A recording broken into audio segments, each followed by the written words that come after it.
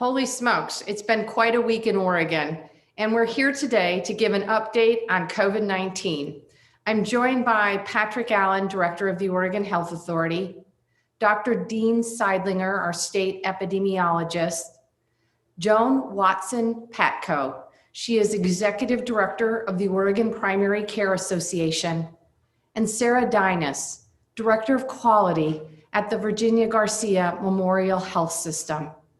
I wanted to start this morning by addressing the severe winter weather of the past week, which left hundreds of thousands of Oregonians without power across the Willamette Valley.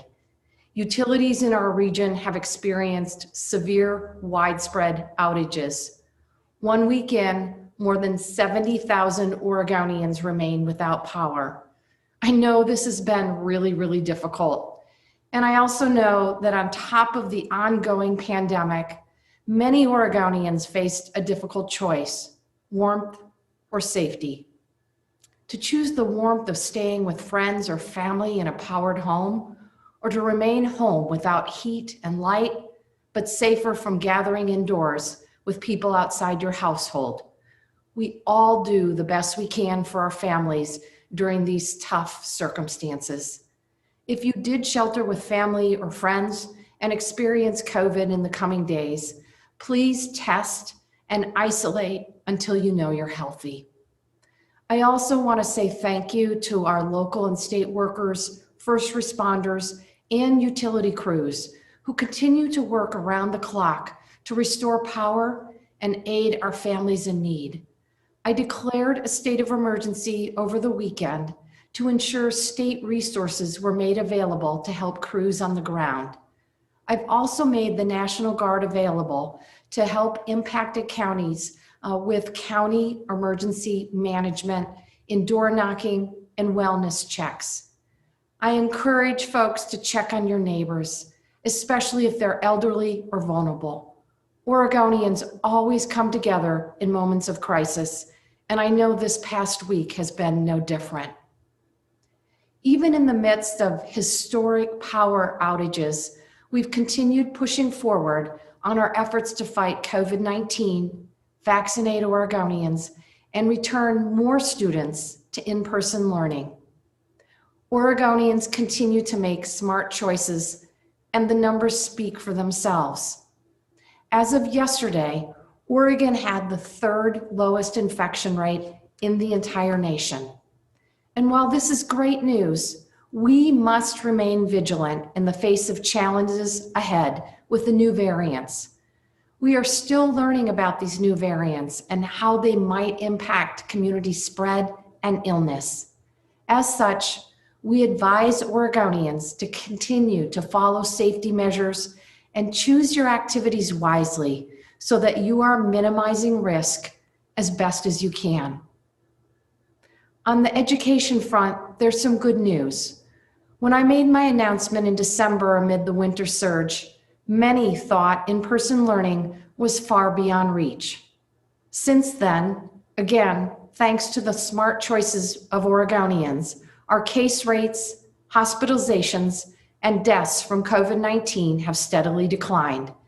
And even our largest school districts, including the Tri-County area today, meet or exceed Oregon's advisory school metrics for hybrid in-person instruction. Our infection rates are low enough that there are now 19 counties meeting or exceeding the advisory metrics to return for on-site or hybrid learning.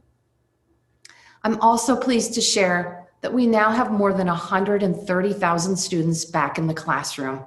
That's about 20% of our state students, and more than double what it was 8 weeks ago when I directed the Oregon Department of Education and the Oregon Health Authority to put more schools on track for in-person instruction. I'm also pleased to report that more than 600 schools across the state are now open for hybrid or full in-person learning. Communities and school districts across Oregon are working collaboratively to return students safely to the most effective learning environment. Our kids will benefit greatly from these efforts. All educators who want a vaccine will soon be fully vaccinated, but we also see over and over the clear science that with rigorous health and safety protocols in place, schools can safely reopen. It's my expectation that more schools will bring students back for in-person learning over the coming weeks, and I will continue to do all I can to help make this a reality for our kids. I want to end by thanking every grandchild, son, daughter, neighbor, and friend who has helped our older adults register for vaccine appointments, driven them to vaccine sites through snow and ice, and supported them throughout the pandemic. Director Allen will share more progress that we've made in vaccinating seniors. But before I turn it over to him, I invited a dear friend of mine to join us today. Many of you know Senator Margaret Carter, the first Black woman elected to the Oregon legislature. She's 85 years young and was thrilled to receive her first vaccine shot earlier today. I asked her to share a few words about her experience. Hi, I'm Abby from OHSU. We're super excited to have former State Senator Margaret Carter here, an amazing community leader. And are you ready? I'm ready. All right, let's do it. And you know, Abby, one of the reasons I'm so ready is because I want our community to know I am taking this shot and it's safe. And even though we have a history of government intervention, because we go back to the Tuskegee days, but I want our community to know that this is safe, and I want you to join me in taking this shot. Thank you so much for being here. You bet. All right, let's do it. Okay. Okay. Give you the Pfizer vaccine. Uh-huh. All right, so I'm going to just have you rest your arm right up here. Okay. Keep it nice and relaxed. All right. Loosey-goosey. Sorry, my hands are so cold. Oh, I'm sorry. I'm ready. All right, my I'm dear. So ready. you're just going to feel a quick pinch. Ready? Okay. 1, 2, 3. All right. And you're done. My God, Danelle, that didn't even hurt. Oh my God, you gotta take this shot. So easy. All right. Okay. Thank you, Senator Carter, for sharing your vaccine experience. And now back to you, Director Allen.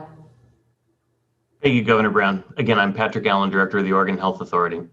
This morning, I want to give you an update on where we stand in our COVID-19 vaccination efforts and talk to you about steps we're taking to address health inequities we see emerging in vaccination trends in Oregon. As Governor Brown mentioned, I'll be joined by our guests representing federally qualified health centers in Oregon, who will talk about vaccinating people that our healthcare system has failed to serve and whose communities have unfairly experienced preventable health disparities, such as shorter life expectancy as a result. I'll also be joined by Dr. Dean Seidlinger, who will talk about the latest COVID-19 forecast. Here are 3 things I want Oregonians to know about our progress in the state's vaccination rollout. First, Oregon's vaccination timelines remain on track despite the weather. Snow and ice canceled clinics and delayed vaccine shipments over the past week. However, we don't expect these problems will have a long-term impact on our vaccination schedule.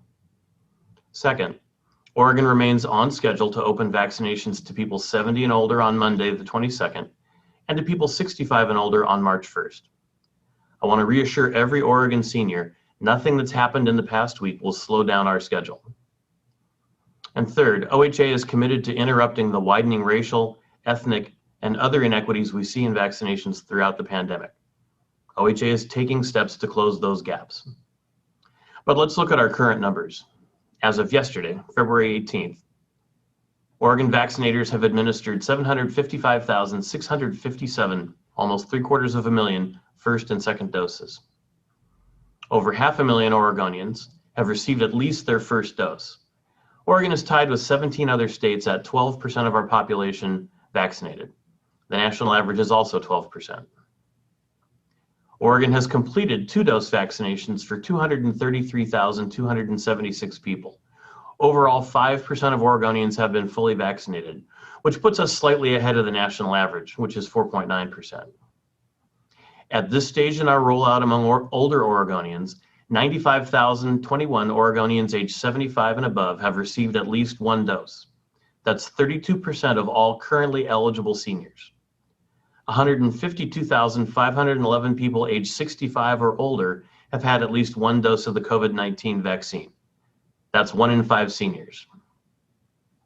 Over the past 7 days, we know that severe winter storms have disrupted life across Oregon.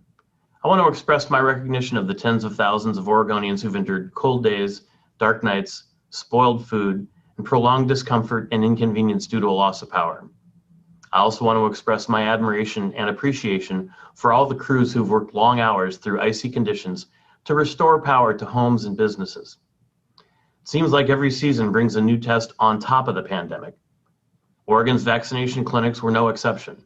Over the past week, weather forced clinics to cancel and reschedule appointments or open late. Our weekly shipment of 67,000 Moderna vaccines didn't arrive because of storms that interrupted vaccine deliveries nationwide. Even this weekend, some clinics have been forced to cancel operations because their scheduled shipments were held up by the weather.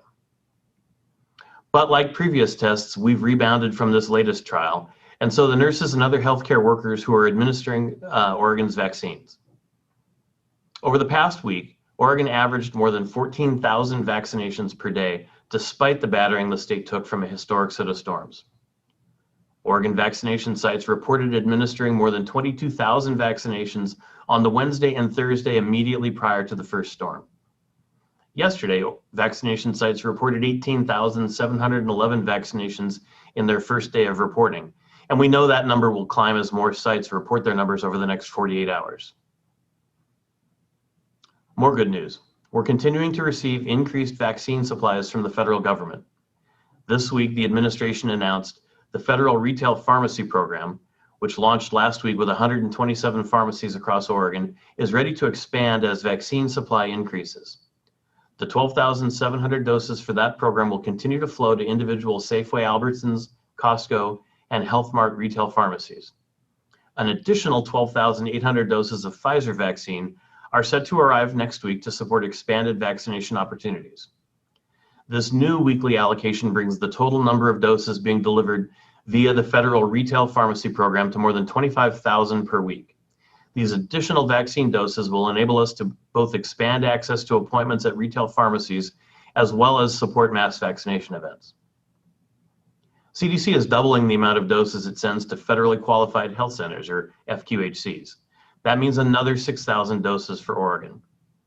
Starting next week, we expect Oregon's total allocation to grow from 83,000 doses to approximately 107,000. We appreciate our federal partners expanding vaccine supplies. We know Oregon has the capacity to administer more doses than we have on hand. In recent weeks, we've seen days where Oregon vaccinators have exceeded 25,000 shots delivered. We have the capacity to administer many more doses than we're currently delivering, and we're enrolling more vaccination sites, such as Walgreens. As the slide shows, the trajectory of our vaccine allocations hasn't changed. We're keeping our commitments to seniors. If you are between 70 and 74 years of age, you will be eligible to get vaccinated beginning Monday, February 22nd. If you are between 60 and 65 and 69 years of age, you will be eligible to get vaccinated beginning Monday, March 1st. But I want to ask people who are newly eligible the same thing I've asked everyone who's come before them. Please be patient. Vaccines remain limited. We're getting more doses, but we still don't have enough to vaccinate everyone on demand. And while it's encouraging it's an encouraging sign to see that we've vaccinated nearly a third of all currently eligible seniors, even taking into account the weather-related disruptions, we know it will take some more time before we have enough doses to vaccinate a critical mass of everyone who's currently eligible. Now, I want to talk about one aspect of Oregon's vaccination program where we're not on track: racial and ethnic inequity in the pandemic and in vaccination rates. The COVID-19 pandemic has affected everyone in Oregon, but it hasn't affected every community in the same way. Across the country, communities of color, which had already experienced unfair disparities in health outcomes and access to healthcare, have seen those inequities compounded during the pandemic. In Oregon, the Latina community has seen the most pronounced inequities compared to non-Hispanic whites. People who identify as white represent 75% of Oregonians. However, while they only comprise about half of COVID-19 cases, they account for 74% of vaccinations. People who identify as Latino or Hispanic represent 13% of Oregonians. However, they comprise 26% of COVID cases, twice the proportion of the population. Despite the disproportionate burden of COVID-19 cases the Latina community has borne, they account for only 5% of the vaccinations administered to date. The numbers are a bit different for other historically underserved communities in Oregon compared to the nation. In Oregon, people who identify as African American are 2% of the state's population, and they represent 2.4% of COVID-19 cases. They represent under 2% of COVID-19 vaccinations. Native Americans comprise close to 2% of Oregonians. They also account for close to 2% of COVID-19 cases and 2% of COVID-19 vaccinations. It's important to keep in mind some additional factors. First, our vaccination data isn't clear-cut. People can identify as 2 or more races, and many vaccinated patients identified as other race or unknown. Second, we know that vaccines are an important tool in reducing severe illness and death, which is why we're paying close attention to the inequities in underlying health conditions which could make COVID-19 more severe. Due to a history of unfair treatment, systemic racism, and uneven access to health care, Latinos and Latinas, African Americans, Pacific Islanders, and Native American communities are burdened by significant health inequities that enhance their risks from COVID-19 and partially account for disparities we see nationally. For example, African Americans with diabetes often die earlier than their white counterparts with diabetes, losing an estimated 35% more years of potential life due to premature death from diabetes. Latinos are 13% more likely to have diabetes than white Oregonians and have lower life expectancy with the disease than other races. Due to a variety of factors, including a history of toxic stress and genocide, American Indians and Alaska Natives are 43% more likely to have coronary heart disease and are more likely to die a premature death compared to whites. I want to be perfectly clear. Health inequities are the product of systemic racism, toxic stress, the targeted marketing of harmful products like tobacco and sugary beverages, and other factors. This is not about personal choice. This is about the weight of larger social inequities that cut short lives and opportunity more often for people in communities of color. Not every state reports vaccination data by race and ethnicity, and Oregon's data is certainly not as complete as we'd like, but OHA is paying close attention to these numbers. At a minimum, we need to ensure our vaccinations proportionately reflect the faces of our communities, but we want to do more. Our COVID-19 efforts should be a model for how we're eliminating health disparities in Oregon. I'm grateful that Senator Carter was willing to share her experience getting vaccinated and her thoughts about what vaccines mean to our communities. At OHA, we're working to build bridges with communities our healthcare system has failed to serve well, improve access to vaccines and other healthcare, eliminate health inequity, and enable more people to live a healthier life. Federally qualified health centers are a cornerstone of healthcare in many urban, rural, and remote communities. Working with FQHCs is at the core of our effort to eliminate COVID-19 health inequities. That's why I talked about how Oregon is prioritizing FQHCs for vaccine allocations at our news briefing last week. FQHCs have been vital partners in Oregon's response to the coronavirus pandemic. FQHCs provide high-quality clinical care. They've offered telemedicine and made other changes to ensure patients can stay safe when they seek care. FQHCs serve people who work in jobs that are most at risk. They've set up testing sites for their patients and the wider community. FQHCs are vital vaccination partners because they can reach people who are vulnerable to COVID-19, but also may experience higher barriers to getting vaccinated at large centralized settings. FQHCs are the trusted providers for many people who are uninsured, disabled, or lack reliable transportation. They're a preferred option for people who may be wary of large institutions and law enforcement. And they have credibility in their communities at a time when disinformation about coronavirus vaccines is rampant on social media. With that, Governor, I'll go ahead and turn it back to you. Thank you so much, Director Allen. I am now going to turn it over to Dr. Dean Seidlinger, our state epidemiologist. Dr. Seidlinger.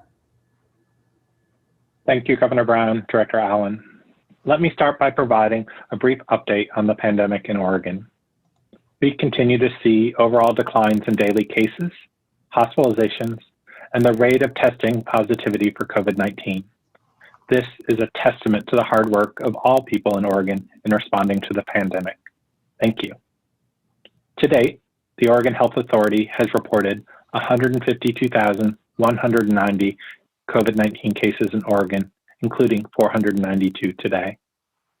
The 7-day rolling average for daily cases stands at 393 as of yesterday, a 66% drop since the beginning of the year. Weekly cases also declined. For the week of February 8th to the 14th, there were 3,453 new cases recorded. COVID-19 hospitalizations are also dramatically lower. On January 2nd, we reported 466 virus-stricken patients in our hospitals. Yesterday, there were 190, a decline of 59%. The percent of positive tests dropped to 3.4%, the lowest since the change to the test-based method in mid-November. COVID-19 associated deaths have also fallen from their peaks in December. To date, there have been 2,149 COVID-19 related deaths in Oregon. This pandemic has taken so many people from their families and their communities.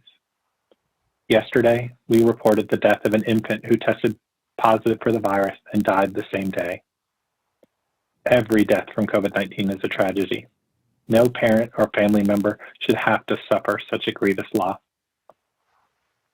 The death of such a young child is extremely rare, and children infected with the virus are much less likely to develop severe illnesses compared to adults. But this is a sobering reminder of the danger of COVID-19 the danger of COVID-19 poses to all of us. The downward data trends in cases, hospitalizations, and percent positivity reflect the shared sacrifice of Oregonians and the collaborative efforts of Oregonians to protect their families and their communities by wearing masks, limiting indoor gathering, and keeping physical distance. You are making a difference. Thank you. Our recent modeling affirms the results of that hard work and lays out the delicate balance needed to sustain our success. We estimate that the transmission rate of the virus increased slightly from mid-January to February 3rd, with an estimated reproductive rate of 0.88. If that level of transmission holds, we can expect further declines in daily cases to an estimated 320 and a decrease in daily hospitalizations to about 10 between February 24th and March 9th. However, if a more contagious variant becomes dominant, or if we relax our vigilance, especially as more counties see their risk levels reduced and our transmission rates climb above 1, we can expect an estimated increase in daily cases to 510, with 17 new daily hospitalizations. The forecast also notes that some among us may be more open to resuming activities that pose a higher risk of spread, especially as spring and summer approaches. The virus has proven to be a stubborn foe, but each of us possesses the tools to ultimately defeat COVID-19 by continuing to follow the protective measures and getting a vaccine when it's your turn. We have come too far to jeopardize our hard-won progress to let up now. Every setback puts us further away from putting an end to this pandemic. I want to conclude by acknowledging the emotional strain brought on by events over the past year. From the impact to this pandemic to the devastating wildfires, and most recently, the historic ice storm that caused widespread power outages throughout the region. Oregonians support one another in their communities. We are resilient. We persevere.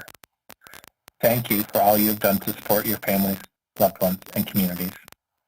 Because of those characteristics, Oregon has avoided the fate of many other states suffering from the COVID-19 pandemic. That should be a point of pride for each of us.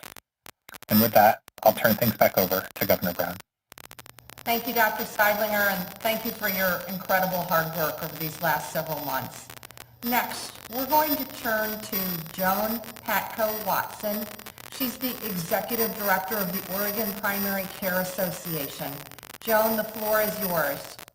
Thank you. Good morning. I'm Joan Watson-Patko, the Executive Director of the Oregon Primary Care Association, a nonprofit membership association of Oregon's 33 federally qualified health centers, also known as community health centers.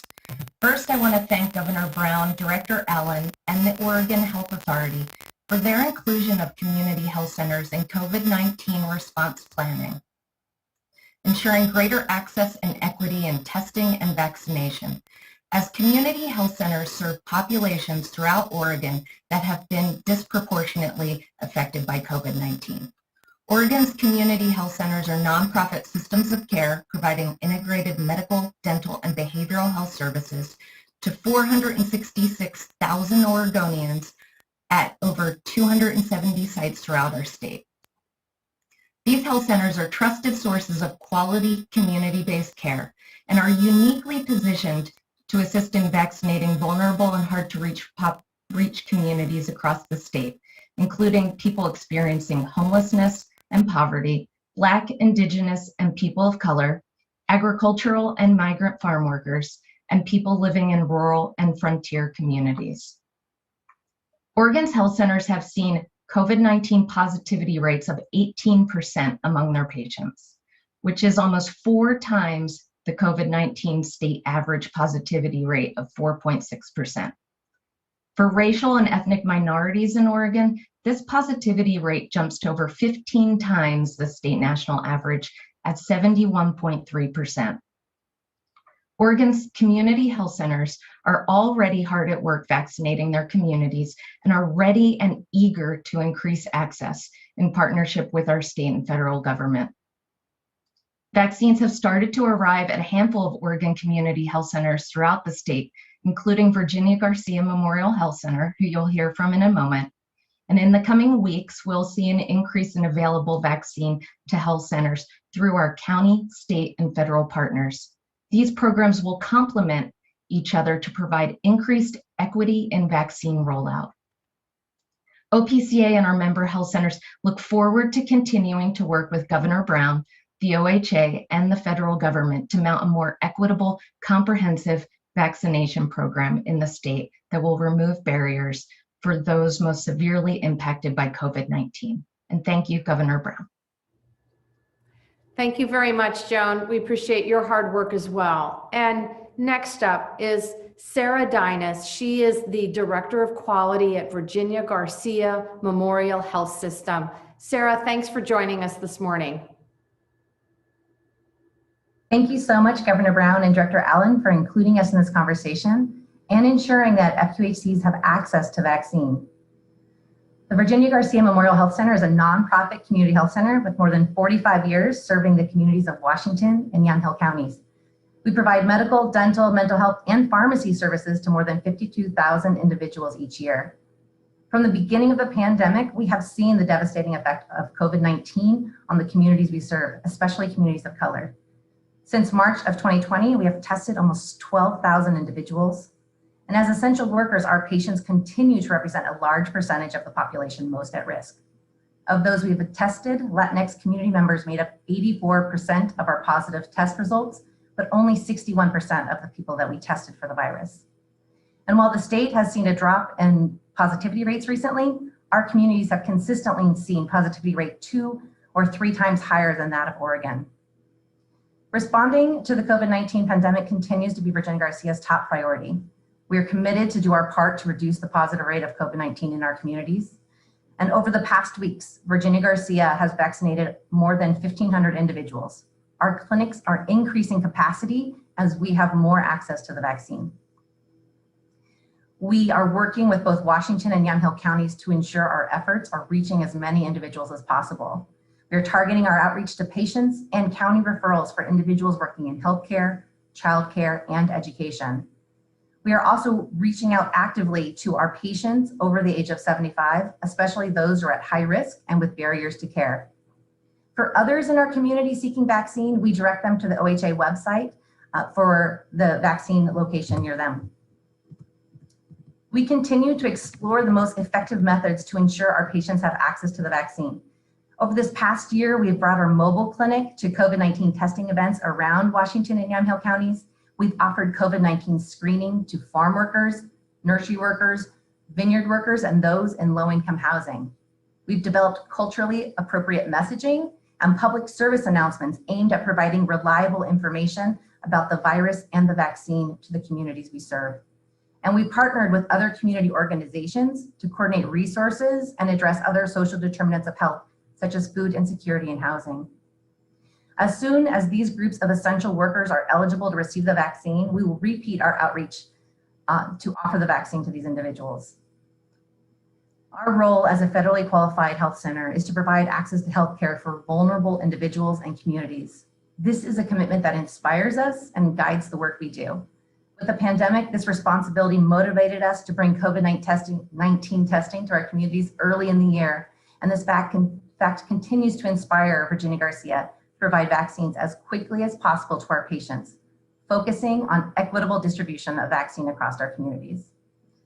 As a federally qualified community health center, Virginia Garcia was and still is positioned to ensure that those with barriers will have access to the vaccine. And we'll continue to advocate on the behalf of our communities that we serve, and we'll partner with other organizations to provide the care so desperately needed during these times. Again, thank you for the opportunity, Governor Brown. Thank you so much, Sarah. And please thank your team members as well. I know they're dedicated to serving vulnerable Oregonians, and we really appreciate their dedication. And with that, Charles, we're ready for questions. Thank you, Governor. We'll get started with Pat Duras from KGW. Go ahead, Pat. Yes, good morning. Thank you.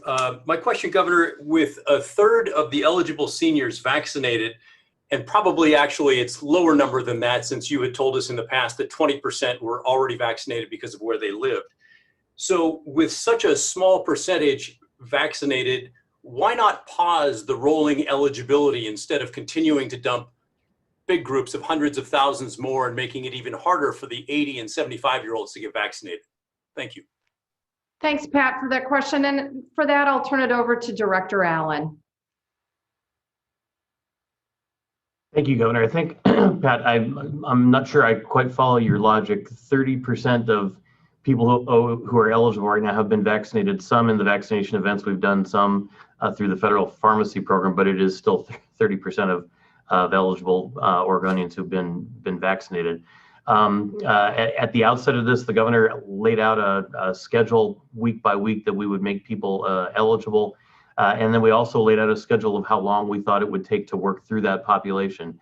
And there is going to be a little bit of a traffic jam. I think there was always going to be something of a traffic jam. Remember, part of this was caused by the previous administration raising a bunch of people's expectations about their ability to get quickly vaccinated, and you know, that didn't last 48 hours before we figured out that they didn't actually have the vaccine stockpiles that they were indicating that they had. So we've been trying to clean up that mess since that happened, and giving people the ability to get in and get scheduled, and then knowing that we've got increasing supplies of vaccines to work through that population, as we indicated earlier, by at least early April.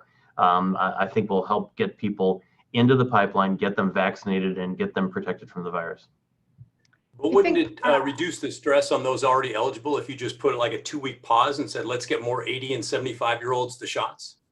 Well, perhaps, but I think it would also increase stress for people who thought they were going to be able to start signing up on Monday and get told that now they can't sign up. So, you know, I think that's a double-edged sword.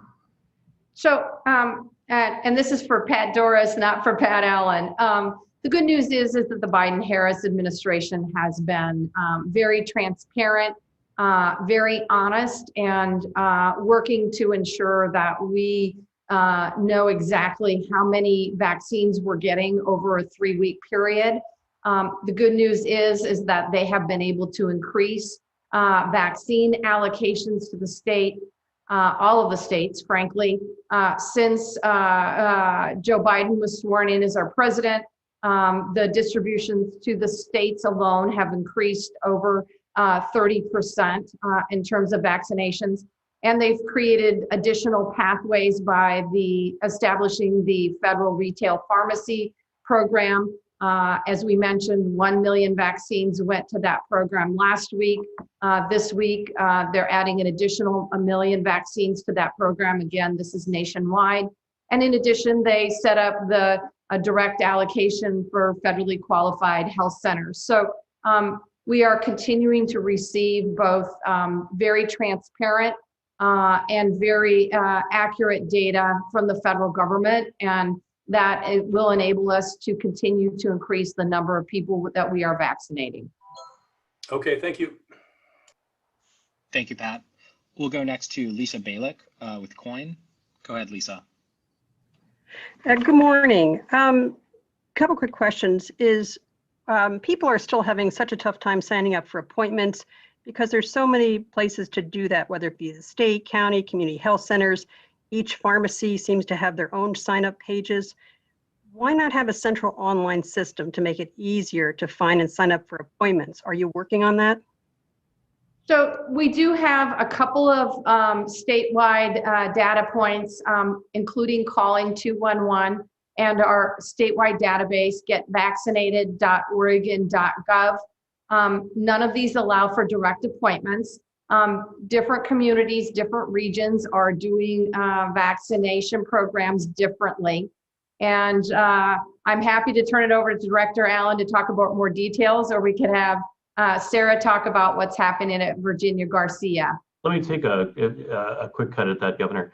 We did early on look at a single statewide scheduling system, and the overwhelming majority of our vaccination partners asked us not to do that. That the ways of communicating with people, the systems for setting up appointments, integration with electronic health records are so different from place to place throughout the state that a system for getting people vaccinated in Wheeler County looks utterly different from how people would get vaccinated in Douglas County, and yet different from the Portland metropolitan area with hundreds of thousands of people to be vaccinated. And if you look across the country, there are plenty of stories of those statewide kinds of systems actually just collapsing right out of the gate and not being able to actually do what you would think that they'd be able to do. It's one of those things that kind of sounds better in theory and doesn't work as well in practice. And so we've gone with the system that we have now, which is pointing people to the local sources where they're going to get vaccinated to be able to set up those appointments. Director Allen, what's the plan to get a vaccine next week? I'm sorry, Sarah, do you want to talk about your scheduling at Virginia Garcia? Absolutely. I think from the beginning, we knew that our patients were going to encounter barriers to accessing platforms for scheduling that were really technically complex. And we know that our patients know how to access CareThWest directly. So in order to reach our communities, we are relying on our existing system for scheduling and for connecting with the patients that we serve. And so we've certainly, within our own patients who have sought to schedule through other systems, they return to Virginia Garcia because they're comfortable with the people that they interface with to get access to that vaccine. Thank you. Lisa, did you have another question? Yeah, just a quick follow. What's the plan to get a vaccine next week if you do have a double shipment? Will there be extended hours or additional clinics? I think it depends upon the vaccination site. Director Allen, do you want to fill in? Yeah, very much. It'll depend. It's Moderna that was delayed, and so sites like the Oregon Convention Center are almost, if not completely exclusively, Pfizer vaccine won't be affected by that. And various vaccination sites are making different kinds of plans depending on what they did with those appointments. Often they rescheduled them, and as you suggested, things like extend hours and or add days to be able to make up for that. And it'll probably take a little bit of time in some areas to be able to work through that backlog. Thank you. Thank you, Lisa. We'll go next to Gary Warner with EO Media. Go ahead, Gary. Good morning, Governor and everyone else. Wanted to find out if you have any statistics yet on the number of people who qualify, who are eligible, and are turning down the shots. We've been seeing some national reporting, particularly with nursing staff in long-term care facilities, not taking the shots, sometimes 30, 40%, even 50% in some of these places. What can you tell us about rejection of taking the shots? Thanks, Gary. And I'm going to turn that over to Director Allen and Dr. Seidlinger. I only have anecdotal information. Yeah, so Gary, I think the answer is the same answer as it has been the last 2 or 3 press briefings, which is there's not a good comprehensive data source to be able to track that. What you're hearing is certainly the same sort of thing that we're hearing. It's geographically variable. It's variable across different kinds of industries. For example, uptake is reported to us in Portland metropolitan area hospital employees very high, 80% or more. Same thing with residents in long-term care, somewhat lower in the employees in long-term care. Other parts of the state, all those categories are lower with uptake numbers more in the 50% range. But we don't know who's not showing up for vaccines. That's especially true in the senior population, who's objectively chosen not to get vaccinated versus have barriers to getting vaccinated, need more outreach and those kinds of things. And so that's the kind of thing that we're going to be able to look at the population level later, but there's not a real-time way to be able to track that. If I could just follow up quickly, Pat, you had talked a couple of briefings ago that there were areas where they were getting ahead of the eligibility schedule because they said that they had extra shots. And the argument from these people was that they're doing better than other places. But it seemed like they were maybe getting too much vaccine for the demand. Some of that went up to Portland for the healthcare workers. Have you been able to work out that discrepancy, smooth out the numbers? Yeah, so just to be clear, vaccine went to a number of counties, rural and urban, including the Portland area, when we were trying to make some adjustments to get more vaccine to areas that had not gotten enough doses to complete the 1A population.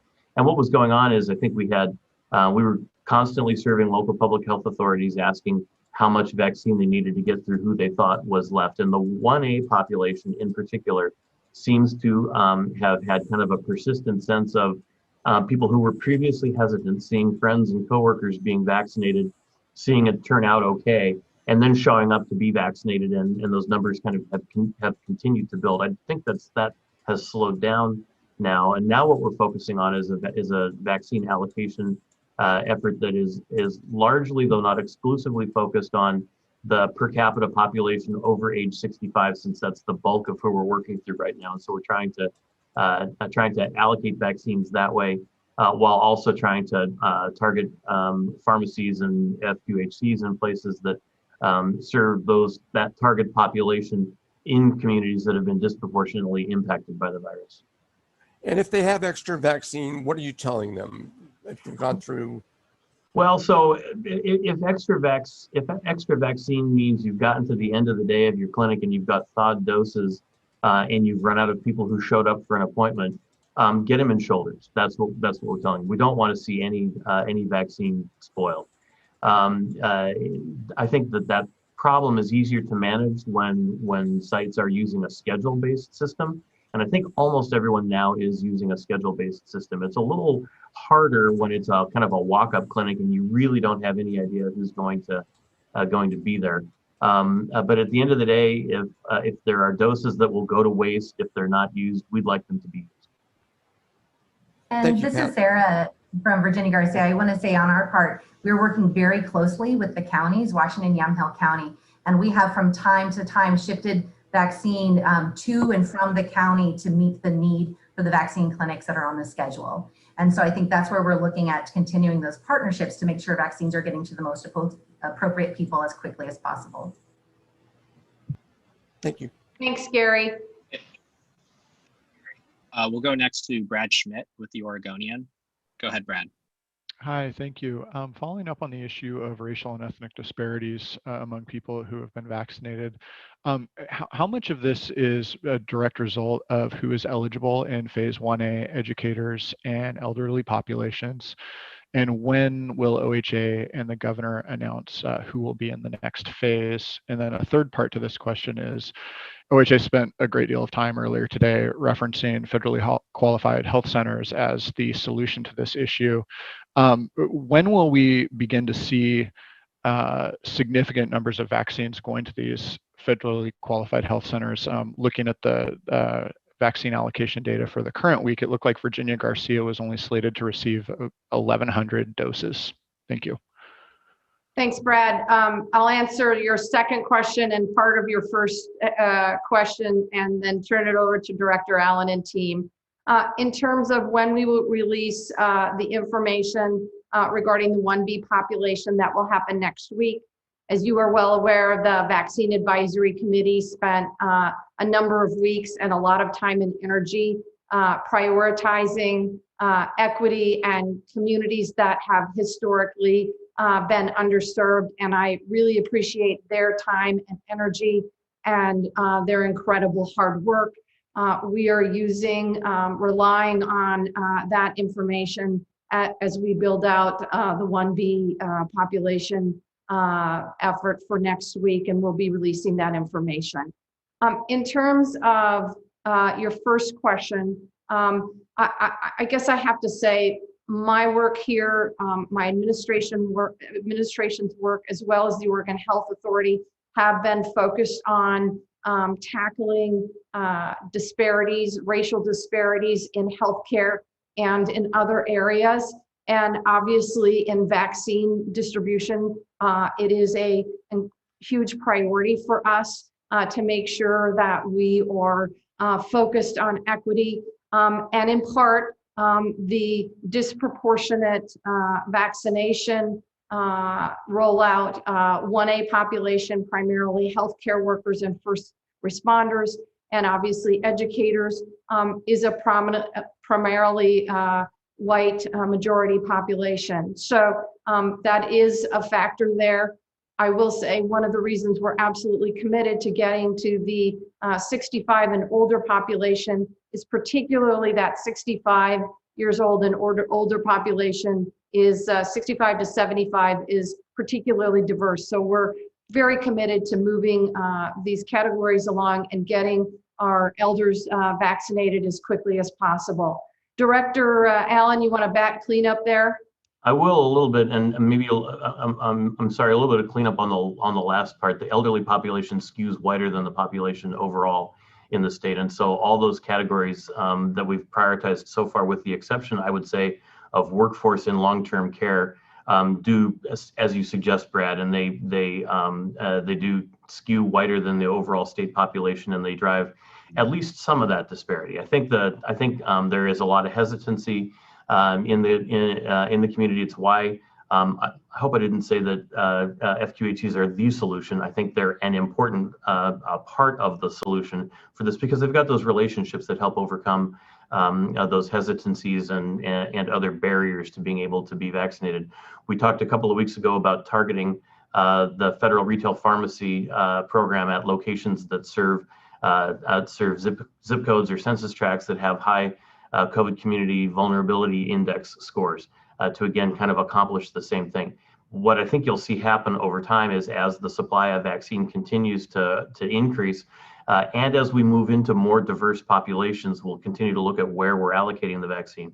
When we start opening up to people with pre-existing conditions and frontline workers, those populations skew the other direction. And so just by simple virtue of who's eligible, we'll begin to be able to start addressing that. But having a diversity of partners that serve those diverse communities is also going to be an important part of that. And if I could just follow up, what is OHA's commitment for allocating to federally qualified health centers? Again, as I referenced, it looked like Virginia Garcia is getting 1,100 doses for the current week, and obviously those didn't all arrive because Moderna has had the delays. I mean, it's going to take a long time to make up the disparity gaps that you currently have if some of these centers aren't getting more doses, is it not? Well, we're going to want them to get more doses, and I'm sitting here drawing a blank on the exact number that's going to the FQHCs collectively, both from the federal direct program and from the state program, and we'll go ahead and follow back up with that.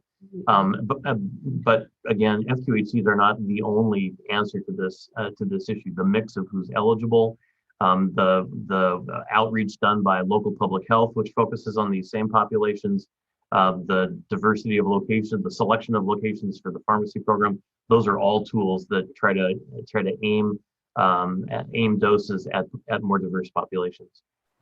Thank you. Thanks, Brad. We have time for just a few more questions. So we'll go next to Genevieve Riom with K2. Go ahead, Genevieve. Thanks, Charles, and thanks to Governor Brown and OHA for this press conference. I have a few quick questions here. The first one is, what is OHA doing to ensure people who are disabled, homebound, or live in rural areas can access the vaccine? Thank you, Genevieve. Director Allen, do you want to tackle that one? Yeah, that's a primary charge to local public health to work on identifying what their most at-risk and vulnerable, challenged populations are, to be able to design whatever the right, or make use of whatever the right tools are to reach those folks. Mobile vaccine clinics, our emergency medical services contract for mobile vaccines, using partners like Virginia Garcia and other FQHCs. That will look different in each county because the populations are different and the barriers are different. But that's a primary accountability for local public health. Okay, and then, sorry. It's been almost 4 weeks since Oregon's 152,000 educators became eligible for the vaccine. How many of those educators have been fully or partially vaccinated? Director Allen? We think there's about 2 to 3 weeks worth of allocation of vaccine to go to get through the rest of that population. It's a little bit hard. We don't, again, because we don't have a system that tracks occupation to comprehensively track that. But as we work with local education service districts and local public health and identify who they think is left, we think that's about the pace that remains. Thank you, Director Allen. And this one is for Governor Brown, a follow-up to that. But we know some schools won't start in-person learning until their educators have access to their second shot. Governor Brown, what are you doing to ensure these teachers are getting access to the shots right when they're eligible? Well, thank you, and really appreciate the level of coordination with school districts around the state, with local public health and other partners to make sure that our educator workforce gets vaccinated as quickly as possible. We are working on the front lines to make this happen. Obviously, with the weather that happened this week, it made for challenging circumstances for us to get vaccinations out to those that were eligible this week, but we're going to continue to work as efficiently, as equitably, and as quickly as we can to make this happen. Really, really pleased to see school districts around the state moving to in-person learning. As you're probably aware, Salem-Keizer will be starting the first week of March with elementary students. Ben Lapine, Springfield, others are bringing their students back in as their educator workforce gets vaccinated, and really appreciate the community collaborative effort working to make this happen. Thank you. Thanks, Genevieve. We have time for just one more question. So we're going to go to Jonathan Bach with the Portland Business Journal. Go ahead, Jonathan. Hey, Governor Brown. Thanks for holding this press conference today. I had 2 questions, pretty brief. The first is, have you or any of the state leaders on this call been vaccinated yet? And then the second one is a little bit more complicated. I wanted to talk taxes. So the federal stimulus money can raise the amount of state taxes that residents owe because of the federal tax subtraction that Oregon allows. One example from the Legislative Revenue Office last May showed that a joint taxpayer with 2 children and $3,400 in stimulus money could essentially have a tax liability of about $298. Senator Dick Anderson, a Republican, recently said there is no justification for the state to be taking some off the top. How do you respond to his comments, and why should the state collect more personal income tax revenue because of these federal stimulus checks? Well, the Department of Revenue, Jonathan, is following the law, and I expect the Department of Revenue to follow the law. The legislature is currently in session, and Senator Anderson, along with his colleagues, should, if they feel strongly, should introduce legislation to change the law and prevent that from happening. In terms of vaccinations, I can't speak for anyone else on the call, but I have not been vaccinated yet. Director Allen?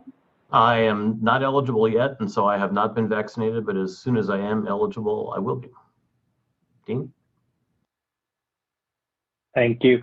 I was in line at the convention center yesterday for my appointment and received my second vaccination. Some of our public health staff, particularly those who have contact with the general public, our testing teams, our staff at the Oregon State Public Health Lab, some of our physicians and clinical staff who can aid in those testing events and vaccination sites have been vaccinated and are included in that public health workforce with frontline facing jobs. So we are following it, and I was very happy to receive my vaccine yesterday and very happy that I didn't have any side effects, so I'm able to be here with you today. Thank you so much, Jonathan. And Charles, back to you. Thanks, Governor. We have time for just one more question. So we'll go to Kristen Severance with KGW. Go ahead, Kristen. Thank you so much. This question is about adult foster homes. I've been talking to adult foster homes all over the state for the last week. They are having such a tough time getting answers on when they'll get the vaccine. They call local public health. Public health has no idea really what to tell them. You know, places like CVS has canceled. What do you say to these people? There are 1,200 facilities still waiting who really feel left behind in this process. Thank you, Christian. Really appreciate the question. We're working as hard as we can to get vaccines to these facilities. Director Allen can fill in the details. Yeah, thank you, Governor. These are facilities that we had been led to believe by CDC were eligible for the Federal Pharmacy Partnership Program, and in fact had been signed up. As you indicated, they were signed up and many of them were canceled out of the program. We spent the first 2 or 3 weeks of the vaccine rollout basically trying to argue with CDC about that point. And at the point that we discovered that we were getting nowhere, we entered into contracts with various vaccine providers, including, I believe, Safeway Albertsons, to begin working through that population. It has been a scramble to try to cover these folks, not having expected to have to at the beginning. And so it is a little bit difficult right now for them to find out what the details are, but they will get vaccinated. We will ensure that every one of these adult foster care facilities gets a visit and is able to schedule vaccinations. It's just going to take us a little bit. Thank you. Thank you, Christian. I am going to close this out now. Director Allen, thank you for your leadership. Dr. Seidlinger, Joan Watson-Patko, the Executive Director of the Oregon Primary Care Association, and Sarah Dinas, Director of Quality at Virginia Garcia Memorial Health Center. Please, thank you for joining us today. Really appreciate your time and energy. Also want to say thank you to Senator Margaret Carter for allowing us to video her while she was getting vaccinated. Please stay safe out there. Please stay warm and take care.